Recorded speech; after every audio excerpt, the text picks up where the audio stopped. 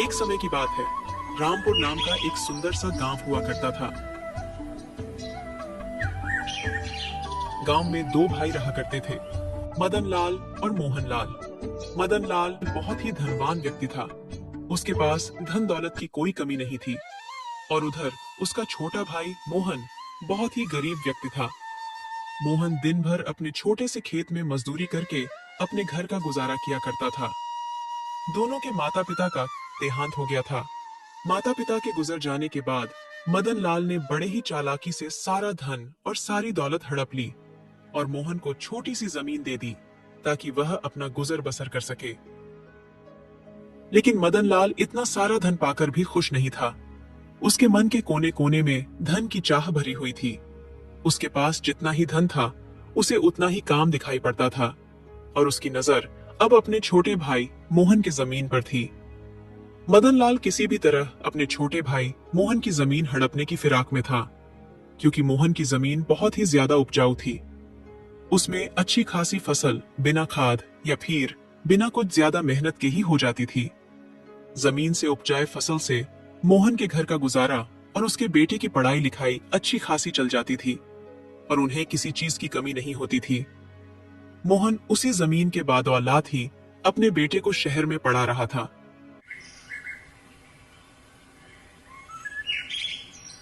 ऐसे ही मदन लाल एक दिन मोहन के पास आता है। मोहन अपने खेतों में काम कर रहा होता है।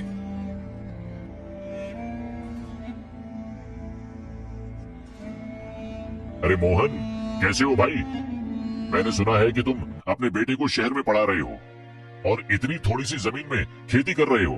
बताओ, इतनी कम जमीन में खेती करके भला तुम अपने बेटे को कैसे पढ़ा पाओगे? उसके खर्चे के लिए भला पैसे कैसे जोड़ पाओगे? क्या तुमने ये सोचा है अभी शहर में कितने खर्चे रहते हैं? वो तो है भैया, आप बात तो ठीक ही कह रहे हो, पर मैं कोई ना कोई इंतजाम तो कर ही लूंगा। अगर कोई इंतजाम नहीं हो पाया तो मैं सरकारी लोन ले लूंगा, लेकिन मैं अपने बेटे को पढ़ा लिखा कर बहुत बड़ा आदमी बनाऊंगा। उसे मैं अपनी तरफ मजदूर नहीं बनने दूंगा, ताकि मेरी तरह उसको दर दर की ठोकरें खानी ना पड़े। अरे मेरे छोटे भाई मोहन, कैसी बातें कर रहा है तू? मेरे होते हुए कहीं और जाकर पैसे क्यों मांगेगा और क्यों लोन लेगा? अभी तुम्हारा बड़ा भाई मदन लाल जिंदा है और जब तक मैं जिंदा हूँ मेरे होते हुए ऐसा कभी नहीं होगा कि तू कहीं और जाकर पैसे मांगे। आखिर मैं तुम्हारे कब काम आऊंगा? भैया, आप क्या कहना चाहते हो मैं कुछ समझ नहीं पा रहा हूँ। मैं तो बस इतना चाहता हूँ कि तुम अपने बेटे की पढ़ाई के लिए पैसे मेरे होते हुए किसी और से क्यों मांगोगे? भला मैं तुम्हारे साथ कब काम आऊंगा? भला मेरे होते हुए तुम किसी और से पैसे मांगोगे? क्या तुम मुझे अपना बड़ा भाई नहीं समझते हो? आखिर मैं तुम्हारा बड़ा भाई हूँ, मैं तुम्हारी मदद करूंगा, मैं दूंगा तुम्हें पैसे। सुनिए भैया, मैंने आज तक कभी आपसे या किसी भी गांव वालों से किसी भी तरह का उधार नहीं मांगा है, तो अब मैं उधार कैसे ले सकता हूँ? अरे नहीं नहीं, कोई बात नहीं, तुम मेरे छोटे भाई हो, तुम मुझसे पैसे ले सकते हो और बदले में तुम अपनी इस जमीन को मेरे पास गिरवी रख देना, जिस तरह बाकी गांव वाले अपनी जमीन मेरे पास गिरवी रखते हैं। भैया, मैं आपके पास अपना खेत गिरवी नहीं रख सकता हूँ। इसी खेत की बदौलत तो मैं अपने बेटे राजू को शहर में पढ़ा रहा हूँ और मेरे घर का गुजारा का जरिया मात्र यही एक खेत है। इसलिए भैया, आप मुझे माफ कर देना, मैं आपको यह खेत नहीं दे सकता हूँ और मुझे पूरा विश्वास है कि मैं इसी खेत से एक दिन अपने बेटे राजू को पढ़ा लिखा कर एक बड़ा आदमी बना दूंगा। मुझे माफ कर देना भैया, मैं आपके पास अपना खेत गिरवी नहीं रख सकता। ये सुनते ही मदन लाल बहुत ही गुस्से में अपने घर वापस चला जाता है। वह अपनी चिकनी चुपड़ी बातों से कुछ भी नहीं कर सका और इधर मोहन भी अपने काम में लग जाता है। ऐसे ही कुछ दिन बीत जाते हैं।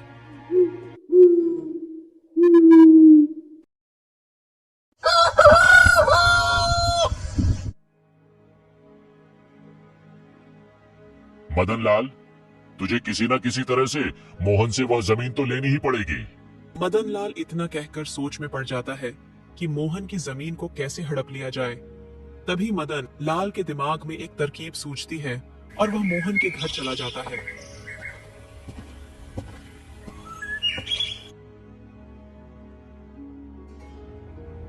अरे मोहन भाई, मुझे तुम्हारी खुददारी देखकर बहुत अच्छा लगा। मैं तुम्हारा बड़ा भाई होने के नाते तुम्हारी मदद करना चाहता हूँ और तुम भी मेरी मदद लेने से इनकार नहीं कर पाओगे। अगर तुम मुझे अपना बड़ा भाई मानते हो तो तुम मेरी मदद लेने से इनकार नहीं करोगे। ठीक है मदन भैया, कहिए आप मुझे क्या कहना चाहते हो। भाई, अगर तुम चाहो तो मुझसे पैसे मत लो और ना ही तुम अपनी जमीन मेरे पास गिरवी रखो।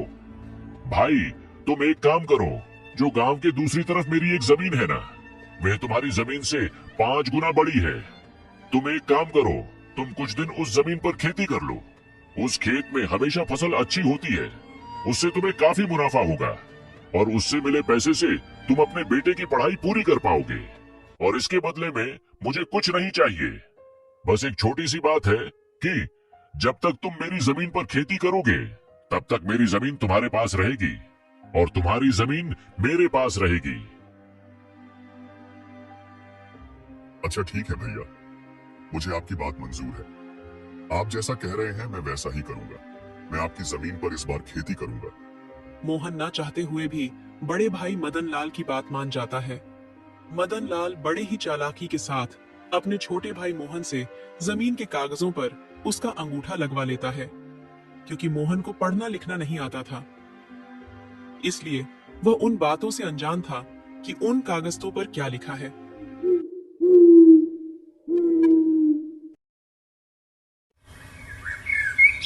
ऐसे ही कुछ समय बीत जाता है। ऐसे ही एक दिन मोहन खेत पर काम कर रहा होता है।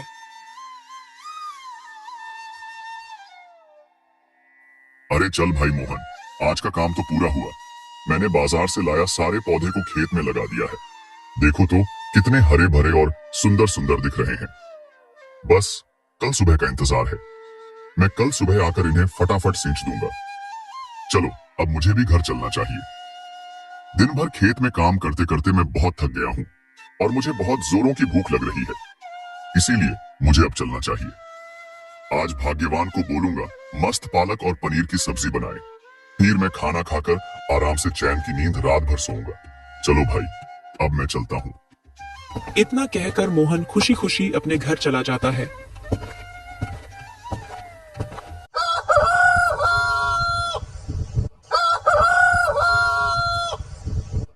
अगले दिन सुबह सुबह जब मोहन अपने खेत पर जाता है तो देखता है कि उसके सारे पौधे मर चुके थे। ये सब देखकर मोहन एकदम से हैरान हो जाता है। उसे समझ में आ जाता है कि उसके भैया ने उसे धोखा दिया है, अपनी चिकनी चुपड़ी बातों में फंसाकर उसे ठग लिया है। यह तो एक बंजर जमीन है। हे भगवान, अब मैं क्या करूं? ये क्या हो गया मेरे साथ? मेरा तो बहुत नुकसान हो गया। हे भगवान, मेरा तो पूरा खेत बर्बाद हो गया। हाय रे, अब मैं इस महीने का अपने घर का गुजारा कैसे चलाऊंगा? भैया ने मुझसे झूठ बोला, मुझे ठगा है उन्होंने। ये तो एक बंजर जमीन है। मैं अभी भैया के पास जाता हूँ। हाँ, यही सही रहेगा और उनसे कहूंगा कि मेरी जमीन मुझे वापस कर दीजिए। मोहन मन ही मन बहुत ज्यादा दुखी हो जाता है और अपने दुखी मन को लेकर अपने बड़े भैया मदन लाल के घर चला जाता है। उसके मन में हजारों सवाल घूम रहे थे।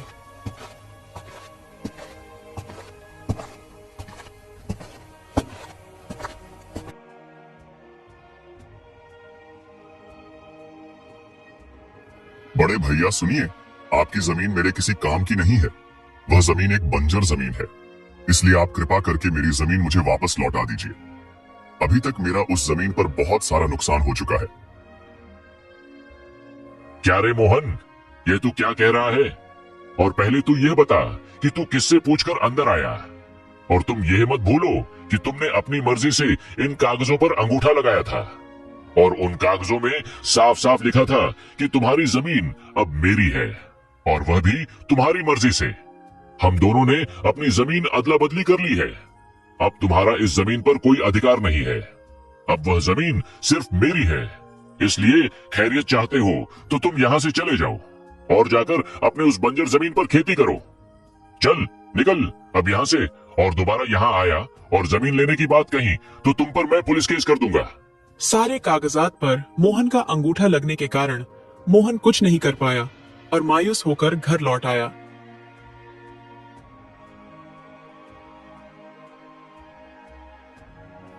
मोहन मन ही मन बहुत ही ज्यादा दुखी था।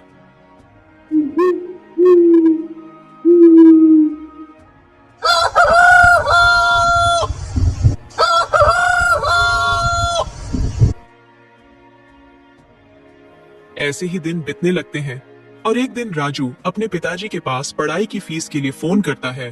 पिताजी, महीना पूरा हो गया है, फीस देने का समय आ गया है, इसलिए मेरी फीस भिजवा दीजिएगा। बेटा, मुझे माफ कर दो, अभी घर में कुछ समस्या आ गई है, इसलिए मैं तुम्हारी फीस अभी नहीं भेज सकता हूँ। मैं क्या करूँ, अभी घर की स्थिति बहुत ही खराब हो गई है, घर का गुजारा चलाना ही बहुत मुश्किल हो गया है। मुझे माफ कर देना बेटा, मैं अब तुम्हारी पढ़ाई के लिए पैसे की व्यवस्था कहाँ से करूँ? मुझे कुछ भी समझ में नहीं आ रहा है कि मैं तुम्हारी आगे की पढ़ाई कैसे करवाऊं। मेरे पास तो अब कुछ भी आय का स्रोत ही नहीं है। पर भैया, राजू के बार बार पूछने पर मोहन सारी बात अपने बेटे को बता देता है। वह अपने बेटे को इस बात की जानकारी नहीं देना चाहता था, क्योंकि वह घर की परेशानी बेटे को बताकर उसे परेशान नहीं करना चाहता था।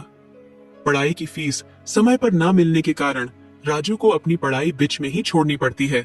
अच्छा ठीक है पिताजी, मैं कल ही गांव आता हूँ, देखते हैं मिलकर क्या कर सकते हैं।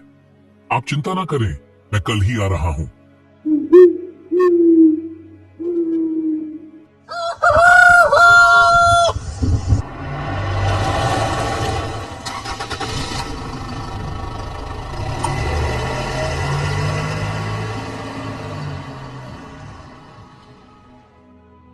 अरे वाह भाई वाह, आहा, गांव की शुद्ध हवा और ये गांव का वातावरण, मजा ही आ गया। शहर में तो सिर्फ प्रदूषण ही प्रदूषण है, गांव का कितना शुद्ध वातावरण है भाई।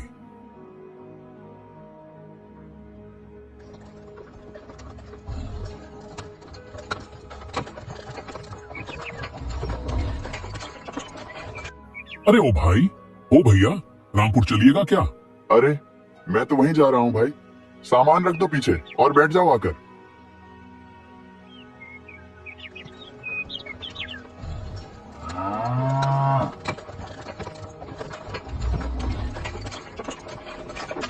घर पहुंचने के बाद मोहन राजू को सारी सच्चाई बता देता है कि किस तरह मदन लाल ने उसकी जमीन हड़प ली।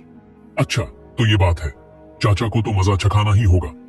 पिताजी, मेरे पास एक तरकीब है, मैं जैसा कहता हूँ वैसा ही करिए। राजू सारी तरकीब अपने पिताजी को बताता है। फिर दोनों बाप बेटे रात होने तक का इंतजार करने लगते हैं।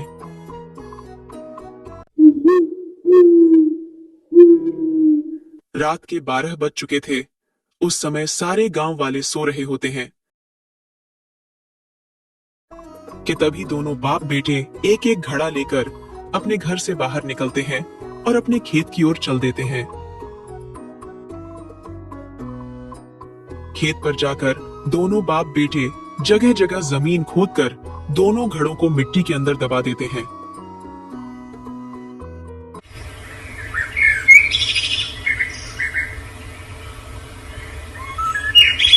अगले दिन पूरे गांव में ये बात फैल जाती है कि खेती करने के दौरान मोहन को उसके खेत में 2 सोने से भरे हुए घड़े मिले हैं।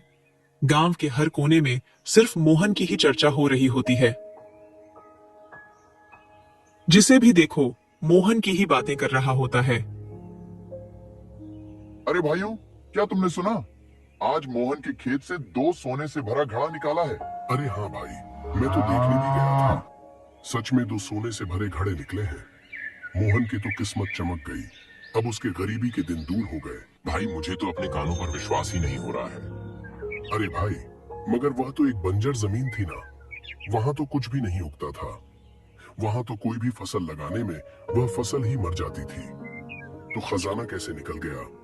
अरे ओ हरि भाई, खजाना ऐसे ही जगहों में तो निकलते हैं। मोहन उन सिक्कों को बेचकर तो बहुत ही अमीर हो जाएगा। मोहन तो अब इस गांव का बहुत ही अमीर व्यक्ति बन गया है। उस मोहन को तो अब किसी चीज की कमी ही नहीं होगी। ये बात जब मदन लाल के कानों तक पहुंचती है, तब मदन लाल ये बात सुनकर बहुत ही ज्यादा बौखला जाता है।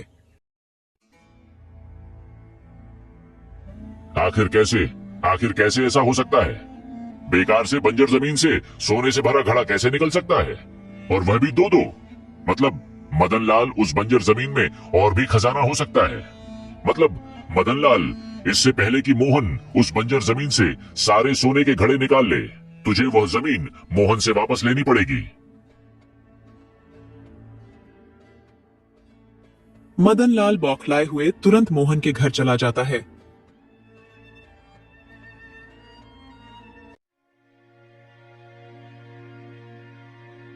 अरे मोहन भाई, मुझे मेरी जमीन वापस चाहिए। मुझे मेरी जमीन दे दो। तुम मुझे मेरी जमीन वापस कर दो और तुम तुम्हारी जमीन वापस ले लो। हमने तो वह जमीन आपस में अदला बदली कर ली थी ना, और अब मेरी जमीन आपकी है और आपकी जमीन मेरी है, और आप ही ने तो मुझसे कागजात पर अंगूठा लगवा लिया था, और अब भला आप वह जमीन मुझसे क्यों मांग रहे हो? अब तो वह जमीन मेरी है और मैं आपको वह जमीन क्यों दूं? नहीं भैया, उस खेत से बहुत ही लाभ हुआ है।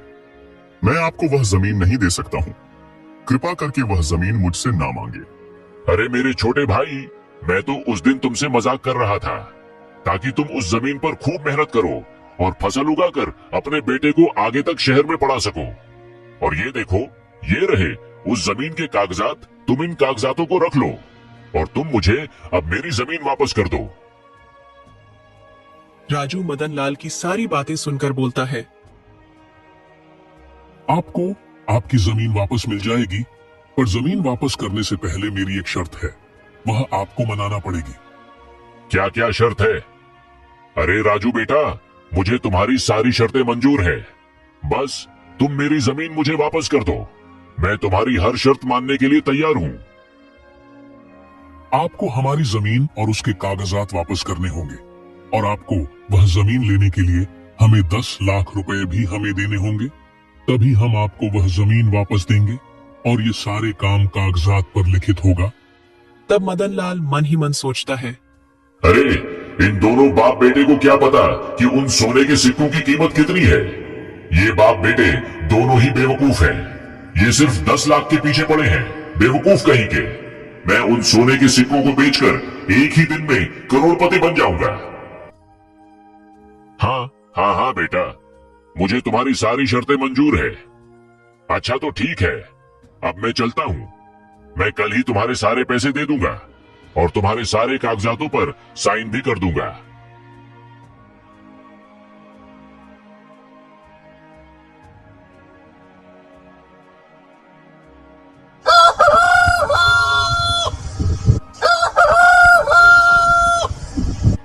अगले दिन मदन लाल सुबह सुबह ही मोहन के घर पहुंच जाता है और सारे कागजों पर साइन कर देता है, और इसके साथ ही साथ मोहन को 10 लाख रुपए से भरा सूटकेस भी दे देता है।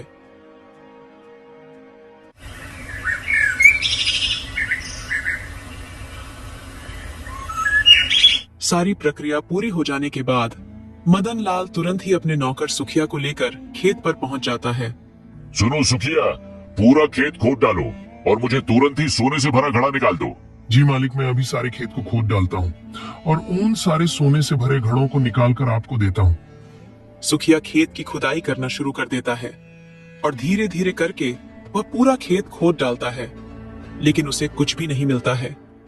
यह देखकर मदन लाल बहुत ही चिंतित होने लगता है। सुखिया, देखो कुछ मिला क्या? नहीं मालिक, अभी तक तो कुछ भी नहीं मिला है। मैंने तो पूरा खेत खोद दिया है। बेचारा मदन लाल अपने आप को कोसने लगता है। हे भगवान, ये क्या हो गया? मुझे तो कुछ भी नहीं मिला, ना ही एक सोने का सिक्का भी मिला। मुझे तो उन बाप बेटों ने बहुत ही आसानी से मूर्ख बना दिया। साथ ही साथ जमीन के कागजात के साथ मेरे 10 लाख रुपए भी ले लिए मुझसे। हाय रे, मैं तो लूट गया, बर्बाद हो गया। मैंने मोहन के साथ बुरा किया, इसलिए मेरे साथ बहुत बुरा हो गया। अब मैं क्या करूं?